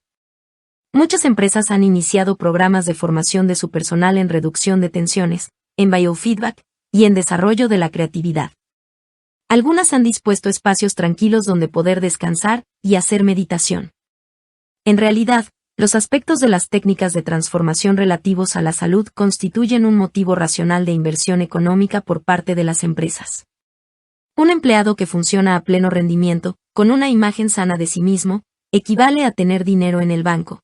Al menos este era el razonamiento original, pero actualmente, yendo más allá, muchas empresas parecen considerar que el desarrollo del potencial de sus empleados forma parte de su responsabilidad social. La General Electric ha patrocinado la celebración de conferencias sobre la investigación de los hemisferios cerebrales en relación con la creatividad. Los seminarios de la Fundación Menninger sobre el otro yo se han impartido en muchos grupos de sociedades. Las compañías se sienten cogidas en medio de una revolución de expectativas crecientes, con respecto a lo que consideran plenamente humano, decía Lane Longfellow, de la Fundación Menninger. Alguien ha abierto el juego. Y estamos confrontados al corte que sentimos en nuestras aspiraciones, entre lo que somos y lo que estamos empezando a considerar como normal. La intuición no tiene por qué ser campo acotado de los ejecutivos, dice Jaime Endel, futurólogo del mundo de los negocios, en Planning Review. Hay millones de trabajadores que, después de haber descubierto nuevas capacidades en sí mismos a través de las psicotécnicas, están deseosos de desarrollar su intuición y su creatividad en su trabajo. Así como el nuevo paradigma educativo descubre en todos nosotros el potencial creativo que en otro tiempo se atribuía tan solo a los genios, los especialistas en técnicas directivas están empezando a considerar a todos los empleados como potencialmente capaces de dirigirse a sí mismos, y capaces por ello de llegar a pensar como empresarios. El nuevo empresario individual. En una comunicación dirigida a los miembros de la red LinkedIn en el verano de 1979, Robert Thiebold citaba las muchas cartas que había recibido de personas deseosas de forzar más el advenimiento de la nueva sociedad. Y preguntaba: ¿qué es lo que nos retiene a los que formamos parte de LinkedIn y de la sociedad entera? Creo que tenemos miedo de reconocer lo mucho que tendríamos que cambiar nuestras vidas si decidiéramos poner por obra nuestra concepción. Seguimos apegados a los viejos modelos, y la mayoría de nosotros debemos nuestra supervivencia al hecho de estar a caballo del funcionamiento del mundo actual y del nuevo universo que desearíamos traer a la existencia. La paradoja es que el nuevo mundo lleva en la promesa de mayores gratificaciones personales y profesionales, con solo que tuviéramos valor para abrazarnos confiadamente a él. Para muchos, el hecho de convertirse en empresario, esto es, de hacer negocios por y para uno mismo, es una secuela natural del proceso transformador. Armados de un mayor sentido de sí mismos y de la propia vocación, dotados de una nueva capacidad de riesgo, y de ser pobres por un tiempo, provistos de apoyo emocional por parte de la red, y de una más firme confianza en la propia creatividad y fuerza de voluntad, cabe ponerse a trabajar por uno mismo. Estas nuevas empresas e iniciativas se caracterizan por el ideal budista de la recta manera de ganarse la vida, con un trabajo que sirve a la sociedad y que no daña al entorno. Briar Patch es una red de la zona de la bahía que comprende alrededor de 300 miembros, entre empresas, artistas y organizaciones no lucrativas, y que se concibe como un medio de mutua ayuda para empresarios que trata de desvelar y descubrir aquellos principios que pueden ayudarnos a volver a conectarnos con la comunidad y con la sociedad, en vez de explotarlos. Dick Raymond, fundador de BraillePatch, evocaba así la tensión que supone el tratar de poner por obra la nueva filosofía. Cruzar el río es difícil, significa dejar atrás algunas de las propias antiguas ideas sobre el trabajo y los empleos. La mayoría de nosotros, incluido yo mismo, intentamos rodear de puntillas el punto doloroso, pero es importante hablar de algunos de los sufrimientos que podemos soportar. No estamos hablando de cambiar simplemente de un trabajo a otro, o de dejar una compañía para meterse en otra más conveniente. Cuando comenzamos a abandonar los antiguos valores y creencias, se queman también con ello algunos de nuestros circuitos más primarios. Te puedes quedar parado en el umbral durante 2 o 3 años. Antes de continuar adelante, es preciso deshacerse de las más preciadas convicciones. La gente que conozco que han logrado realizar esta transición son la gente más gozosa, más dispuesta y mejor gratificada de cuantas he conocido. Como cada día me encuentro con más, su existencia me ayuda a mantener mi cordura. El convertirse en empresario individual llena muchas de las necesidades que comporta la transformación. Richard Gunther, prestigioso agente inmobiliario, creador de numerosas urbanizaciones, describía a un grupo de futuros empresarios la confluencia de trabajo y disfrute que encontraba en su labor, la sensación de estar persiguiendo objetivos socialmente constructivos en compañía de gentes animadas por las mismas ideas, y el sentimiento de estar llevando a cabo una iniciativa consciente y creativa. Se han creado programas formativos para quienes desean prepararse para establecerse por cuenta propia. Fundado en parte en su propio interés creciente por el fenómeno y apoyado en la experiencia de su escuela de empresarios, que funciona los fines de semana, Bob Schwartz, fundador de la Tarrytown Executive House, Nueva York, tipifica a esta nueva especie como catalizadores que pueden llegar a transformar el mercado. El nuevo empresario individual es una persona más auténticamente reflexiva que está cambiando la oferta de productos y service CIOs para responder a las necesidades de un público más reflexivo y responsable de cuanto el mundo ha conocido hasta ahora. Esto es lo que dicen los jóvenes de hoy: no me conviertas en un auxiliar del proceso, haz de mí algo esencial en él. La nueva realidad es que los productos están dejando de representar el personaje principal del escenario americano. La producción, como factor de la economía norteamericana, está perdiendo posiciones, y están ganando en importancia, en cambio, los servicios. Según Schwartz, los empresarios individuales son los poetas y expendedores de las nuevas ideas, visualizadores y realizadores a un tiempo. Históricamente, supone la aparición de un nuevo tipo de empresarios que encarnan una nueva concepción con respecto a los productos y a los servicios, en esta época de cambio cultural. Como ejemplo de la necesidad de servicios poco conocidos hace una década, el propio Schwartz apuntaba la acuciante demanda de cursos de desarrollo humano. Los nuevos empresarios han abandonado la vieja filosofía manipuladora del tipo yo-ello, en relación tanto con los consumidores como con la producción, para pasarse a una nueva relación más inmediata y personal al estilo de la filosofía yo-tú. Tanto ellos como sus clientes constituyen la fuerza revolucionaria más potente que Estados Unidos puede ofrecer al mundo. El empresario es el nuevo agente no violento de cambio. El Proyecto Renacimiento, de Kansas City, es una red de empresarios de este tipo que han demostrado que las alternativas son al mismo tiempo viables y rentables. Entre sus actividades se cuentan la reconversión de una serie de propiedades, con una situación privilegiada en Kansas City, en un complejo empresarial de $8 millones, la creación de redes de aprendizaje, de un programa educativo de la totalidad de la persona, y de un colegio alternativo autofinanciado, la restauración de un salón de baile histórico, la restauración de un gran edificio con la participación de sus residentes, y el desarrollo de un plan maestro para la renovación bloque por bloque de toda una serie de edificios residenciales a lo largo de una avenida peatonal de 11 millas de larga en la ciudad de Kansas City. En un artículo titulado La nueva revolución empresarial, Norman McRae, editor de la publicación británica The Economist, ha sugerido que el gigantismo creciente de la industria norteamericana ha abierto la puerta a la aparición de pautas individuales de comportamiento empresarial incluso en el interior de las grandes Industrias. En las grandes compañías se forman enclaves que son de hecho dirigidos por este tipo de empresarios internos. El artículo predecía también que para el año 2010 pueden haber desaparecido esas grandes compañías con un elevado volumen de negocios, en su forma actual. Los nuevos empresarios individuales se niegan a separar lo que es bueno para los negocios de lo que es bueno para la gente. Emon Siegel, cofundador de la Celestial Tea Company en Boulder, Colorado, ha incorporado esta concepción en las consignas impartidas a sus 230 empleados, todos los jefes de departamento. Serán responsables del desarrollo del personal a su cargo, no menos que del volumen de negocio realizado. La realización, decía Siegel, es solo un subproducto de estar viviendo un ideal. En esta época de transición, estamos aprendiendo a conservar los aspectos positivos de la cultura y a descartar a la vez los negativos. La revalorización de la tecnología. El problema de la tecnología, observaba Robert Pirsig en su libro El Zen y el arte de cuidar una motocicleta, es la falta de fusión entre razón y sentimiento que se da en ella. La tecnología no ha tenido nada que ver, hasta ahora, con las cosas del espíritu ni con las del corazón, y por ello hace cosas horribles ciegamente, de forma totalmente accidental, por lo cual la odiamos.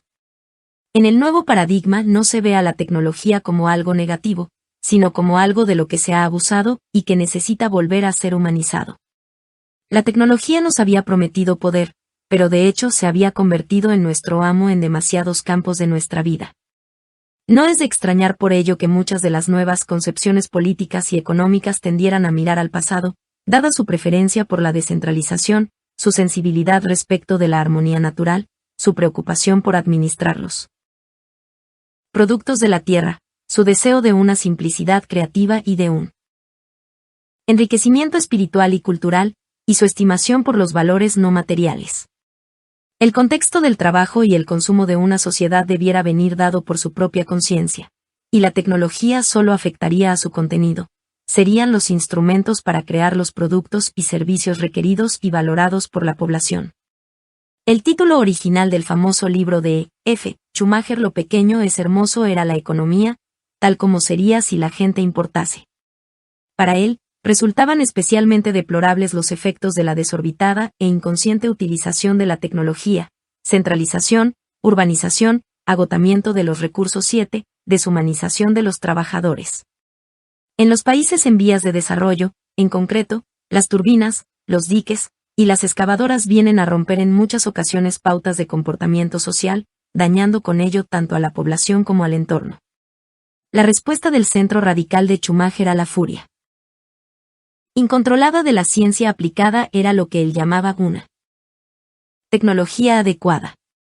Una tecnología intermedia o adecuada supone una tercera vía, instrumentos más avanzados que una pala, pero más prácticos y a una escala más humana que una excavadora. Con instrumentos mejores, pero todavía manejables, la gente podría sacarle partido a sus recursos, sin necesidad de meterse en una fábrica urbana. En la revista RAM, The Journal of Appropriate Technology, apareció un editorial que decía: antes de elegir nuestras técnicas e instrumentos, debemos elegir nuestros sueños y nuestros valores, pues mientras unas aplicaciones tecnológicas pueden ayudar a conseguirlos, otras pueden convertirlos en definitivamente inalcanzables. Las ideas de Schumacher han alcanzado una resonancia mundial. De un artículo sobre la tecnología adecuada, aparecido a fines de 1977 en la revista Foreign Affairs, se han hecho más solicitudes de reimpresión que de ninguna otra cosa aparecida en esta publicación. Muchos países y algunos estados han creado instituciones en favor de una tecnología adecuada. Los Estados Unidos están formando una red global de instituciones para difundir la idea. La tecnología adecuada ha encontrado respaldo en la Organización Internacional del Trabajo, OIT, en el Banco Mundial, y ha sido apoyada por el presidente de Filipinas y por las fundaciones Ford y Rockefeller. En los 2 últimos años de su vida, Schumacher fue invitado y consejero de reyes, presidentes y primeros ministros. La filosofía económica de Schumacher reflejaba unos profundos valores espirituales, que trató con mayor amplitud en su Guía para Perplejos, publicada después de su muerte. Los valores espirituales forman, en realidad, la base de muchas de las preocupaciones ecológicas de nuestro tiempo, así como una sensibilidad creciente hacia la Tierra entera, y un respeto hacia nuestra matriz evolutiva, hacia la naturaleza en la cual se hunden nuestras raíces. Un prospecto de la Oficina Californiana de Tecnología Adecuada recoge esta cita de Lao Tse: estos son mis tesoros, guardadlos bien. El valor de la conservación. La preocupación por el ambiente está ejerciendo un influjo creciente sobre el estilo de vida y sobre el consumo. Un estudio realizado en el estado de Washington en 1976, y publicado en 1978, contenía una encuesta a propietarios de casas elegidos al azar en las guías telefónicas de las comunidades respectivas. Los investigadores encontraron signos evidentes de una sorprendente adhesión al nuevo paradigma ambiental. La mayoría de los encuestados se mostraban preocupados por el abuso ejercido sobre el ambiente y por el crecimiento descontrolado de la población. Veían la Tierra como una nave espacial con espacio y con recursos limitados. Se mostraban partidarios de una economía estable y de un crecimiento industrial controlado. Y eran contrarios a la idea del dominio del hombre sobre la naturaleza. El público en general apoyaba en todos los temas la visión de los ecologistas de su estado. Como hacían constar los investigadores, los comportamientos no siempre eran coherentes con las convicciones, y desde luego muchos no estarían dispuestos a llegar al sacrificio personal. Debemos sin embargo subrayar lo que consideramos más peculiar en los resultados obtenidos. Cuando nos paramos a pensar que hace tan solo unos pocos años prácticamente nadie había oído hablar de cosas tales como la nave espacial Tierra, o los límites del crecimiento, resulta doblemente sorprendente el grado de aceptación que han conseguido entre la gente. Esta aceptación es tanto más sorprendente cuanto que el nuevo paradigma ambiental se desvía espectacularmente de la concepción del mundo que tenía nuestra sociedad tradicional. Electivamente, la aparición de un nuevo paradigma en una sociedad en la que la abundancia, el crecimiento y el progreso se habían dado siempre por supuestos, representa un acontecimiento revolucionario. No podemos por menos de sentirnos impresionados ante su rápida ascensión. El cambio hacia una concepción ambientalista va mucho más allá que la preocupación por el arbolado de madera rojiza. En ninguna otra parte como en este despertar de la conciencia ecológica resulta evidente la conexión existente entre todo lo que vive. El cuidado del planeta comprende aspectos económicos, legales, políticos, espirituales, estéticos y médicos. Afecta incluso a las compras que hacemos, a la elección del tamaño de nuestras familias, y a nuestras formas de entretenernos. Hasta el niño de escuela más pequeño es hoy día consciente de muchas de las principales controversias, como la decadencia militar, la energía nuclear, las sustancias cancerígenas, los transportes supersónicos, la construcción de diques que inundan antiguos enterramientos de los indios, el crecimiento de la población, los gases emitidos por los motores de propulsión, capaces de destruir la capa de ozono de la atmósfera. Los jóvenes temen hoy la muerte. Lenta del planeta, tanto como la generación anterior temía a la bomba atómica. La novela de Ernest Callenbach, Ecotopía, ha supuesto el lanzamiento de una especie de culto, sobre todo en el oeste de los Estados Unidos. Editado en principio por una pequeña editorial, el libro se convirtió en un bestseller de tapadillo, y en 1978 fue reeditado en formato de bolsillo y lanzado masivamente al mercado. Ecotopía es un país de ficción nuevo, surgido de la independización del oeste de Oregón, Washington y el norte de California. Los naturales de Ecotopía emplean tecnologías alternativas y son supersensibles a todos los aspectos ambientales. 8. Los entusiastas de Ecotopía han diseñado una bandera, han creado una revista, han puesto a calles y colegios nombres sacados del libro, e incluso en Eugene, Oregón, han celebrado el Día de Ecotopía. Callenbach ha sido invitado por el gobernador de California y sus consejeros para departir con él. Por forzada que pueda resultar su ficción de ese nuevo país como punto de partida, el atractivo sentido por las masas hacia este libro resulta elocuente. Sim van der Green, primer director de la Oficina Californiana de Tecnología Adecuada, y anteriormente arquitecto del Estado, insiste en que las comunidades ecotópicas son posibles hoy en día. Al menos lo es la construcción de algunos primeros ejemplos a escala modesta. Y proclama la necesidad de que empresarios y políticos se comprometan con una idea que puede resultar beneficiosa tanto para los negocios como para el mismo gobierno. Están comenzando a brotar las semillas de la visión ecológica, y ya han sido creados, y están funcionando muchos de los componentes del hardware necesario para fundar una comunidad urbana estable. Lo que aún nos queda por hacer es juntar todos los hilos y trenzarlos en un único diseño coherente de un nuevo tipo de comunidad. Un tratamiento serio del entorno llevaría a revitalizar el diseño urbanístico, de manera que pudiera mantenerse lo mejor de una cultura de alta tecnología, renovando a la vez en la gente los sentimientos vinculados al lugar. Y llevaría a traducir la vieja comprensión lineal a un pensamiento en términos de sistemas, consciente de la complejidad de las interacciones entre las personas y los elementos ambientales. Según otro experto en urbanismo, esta es la era de la recuperación para muchas ciudades norteamericanas, una época con una nueva comprensión de los atractivos urbanos, con un sentido de continuidad histórica, con necesidades de un eficaz suministro energético, y con una nueva percepción del modo como la gente desea vivir, incluida una arquitectura a una escala más humana. Al fin hemos empezado a asentarnos, buscando sentirnos en un lugar. Algunos arquitectos muy conocidos, a quienes se les hizo una encuesta en 1979, describían el nuevo paradigma de diseño urbanístico como algo más humano, con una mayor abundancia de alojamientos e instalaciones comunitarias, con sitios para pasear, con una mayor preocupación por el transporte público, con avenidas y plazas de carácter festivo, con más árboles, y con un mayor sentido de lo comunal. La nueva tecnología se basaría cada vez más en el aprovechamiento de las energías eólica y solar, en la fuerza de las mareas, y tendería a utilizar formas de iluminación y de ventilación naturales. Puede que estemos avanzando por el buen camino en orden a volver a conectar íntimamente y a hacernos conscientes de nuestro lugar en la naturaleza. Esta tendencia neomedievalista resulta evidente en otros fenómenos, el de las ferias, exposiciones y festivales. En la Europa medieval las ferias se celebraban en las encrucijadas de caminos, en territorio neutral, de modo que quienes estaban en guerra pudieran olvidar sus hostilidades el tiempo suficiente como para poder dedicarse al trueque, a hacer pantomimas y prestidigitación, y poder comer, beber y bailar. En la celebración todos se hacían uno, juguetones, curiosos, inconscientes de sí mismos.